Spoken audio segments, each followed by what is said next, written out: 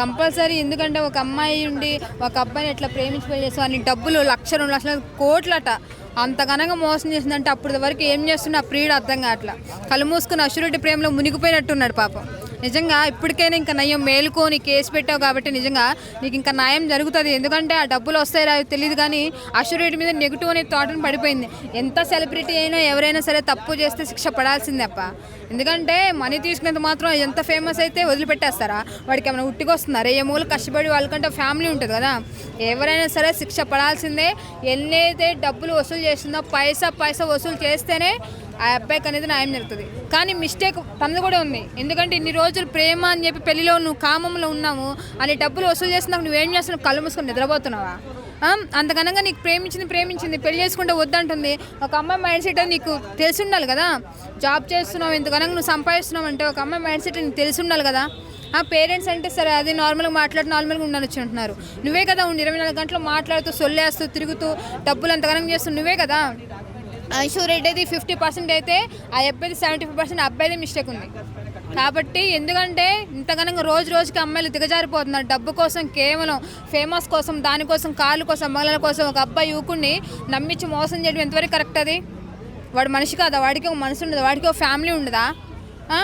అది అంటే ఈ ఒప్పందానికి ఒప్పుకుంటే ఓకే, లేదు అనుకుంటే హరాస్మెంట్ కేసు పెడతాను, మా ఫ్యామిలీని వీధిలోకి లాగినందుకు అని చెప్పేసి చెప్తుంది. దీని మీద చూశారు కదా, ప్రేమించింది తనే, పెళ్లి చేసుకుంటానని తనే, డబ్బులు వసూలు చేసుకుని తనే, మళ్ళీ చివరికి కేసు పెడతానని చెప్పి అంది.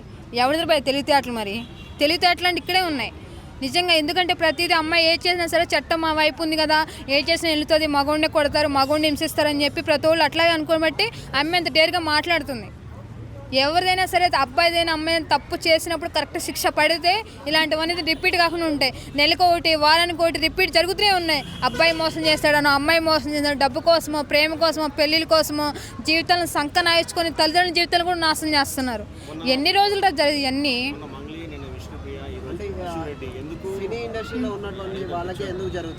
ఇండస్ట్రీలో అంటే ఏ సినిమా అవకాశాలు లేక, డబ్బు లేక, ఏం చేయాలో అర్థం కాక ఎవరినో ఒకటి ప్రేమికుని గట్టోడిని డబ్బున్నోని పట్టుకొని వాడిని వాడుకునే వాళ్ళు వాడుకుని వదిలేసి డబ్బులు వస్తాయి కానీ చెప్పి ఆలోచిస్తున్నారు. అది వాళ్ళ మైండ్ సెట్ మీద డిపెండ్. ఎందుకంటే ఇండస్ట్రీ తప్ప బయట వర్క్ ఏం చేయలేము అబ్బా. ఏం ఉపాధి ఉండదు, ఏముండదు. ఎవడొకటి బకరా దొరికితేనే కదా డబ్బులు వసూలు చేసేది. అందుకే కరెక్ట్ అని పడతారు, వాడుకునే వాళ్ళతో డబ్బులు వసూలు చేస్తే వదిలేస్తారు.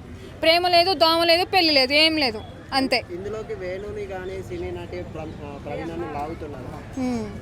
అదే ఇంక దీని వెనకాల ఎంతమంది ఎవరు ఉన్నారో ఏంటో. ఇంకా ముందు ఇంకా ఈ కేసు అనేది ఎంతవరకు నడుస్తుందో తెలియదు. కాబట్టి దయచేసి అశ్వరెడ్డికి ఇక్కడితో క్లోజ్ చేసి డబ్బులు అయితే ఎంత వసూలు చేస్తావు ఆ డబ్బులు రిటర్న్ ఇస్తే లైఫ్ అనేది ఉంటుంది. లేకపోతే ఇంకా ముందుకెళ్ళే కొద్దీ నువ్వు చేసే అన్ని ఇంకా బయటకు వస్తూనే ఉంటాయి. ఇలాంటి వాళ్ళు ఇండస్ట్రీలో ఎంతమంది ఉన్నారో, ఏం చేస్తున్నారో బయటకు వచ్చేంత వరకు ఎవరికి తెలియదు. ఇట్లా ముందు అందంగా ఉంది కదా, మంచి బట్టలు వేస్తుంది కదా, మేకప్ వేస్తుంది, లిప్స్టిక్ వేస్తుంది అని చెప్పి ప్రతి ఒక్కటి అచ్చోటమే తప్ప దాని వెనకాల ఎంత లోతుందో, ఏం చేస్తుందో ఎవరికి ఏం తెలియదు. దయచేసి ఇప్పుడున్న యూత్కి అందరూ కూడా చెప్తున్నా, ప్రేమ పెళ్ళి అని చెప్పి ప్రతి అమ్మాయి అబ్బాయి ఎవరు మోసపోకండి. దయచేసి ప్రేమ లేదు, ఏమి లేదు. జస్ట్ డబ్బు కోసం, టైంపాస్ కోసం ఎవడొకటి ఉండాలి కదా, నాకేం లేదు, నేను వెనకాల పెడతానని చెప్పి ధేమతో ఉంటున్నారు. దయచేసి మీరు దిగేంత వరకే చూస్తున్నాం. దాన్ని దిగిన తర్వాత లోతు ఎంత ఉందో ఎవడు చూడట్లేదు. అయిపోయిన తర్వాత అమ్మ నన్ను మోసం చేసిందిరా, నేను చచ్చిపోతారు, అదే నా జీవితం అని చెప్పి అడ్డమైన సొల్లంతా ఏడుపులంతా ఎడుతారు. మీరు సచ్చిన వాళ్ళు బాగానే ఉంటారు, ఉన్న వాళ్ళు బాధ పెట్టి వస్తున్నారు. అదే ఇస్తానని చెప్పేసి చెప్తుంది. ఇప్పుడు 1.5 ఇస్తాను, మిగతాదంతా నేను సెట్ అయ్యాక ఇస్తాను అని చెప్పేసి చెప్తుంది. సెట్ అవుతుంది అంటారా? తను సెట్ అయ్యేది సచ్చేది లేదు, ఏం లేదు. ముందులో ఉన్న డబ్బుల వరకు వసూలు చేస్తే చాలు. ఆ సెట్ అయ్యేంత వరకు ఎవడు ఉంటాడో ఎవడు పోతాడు. అంతలోకి వాడికి ఏమన్నా బయట 4 మాటలు ఏమైనా ఉంటే వాడు ఏమైనా చేసుకుంటే ఎవడో రెస్పాన్సిబిలిటీ ఎవడో ఉన్నాడు కదా. దయచేసి తర్వాత ఇస్తా రేపిస్తాను ఏం లేదు, ఎంత తీసుకుందో అంత వసూలు చెప్తే చాలు, అంతే.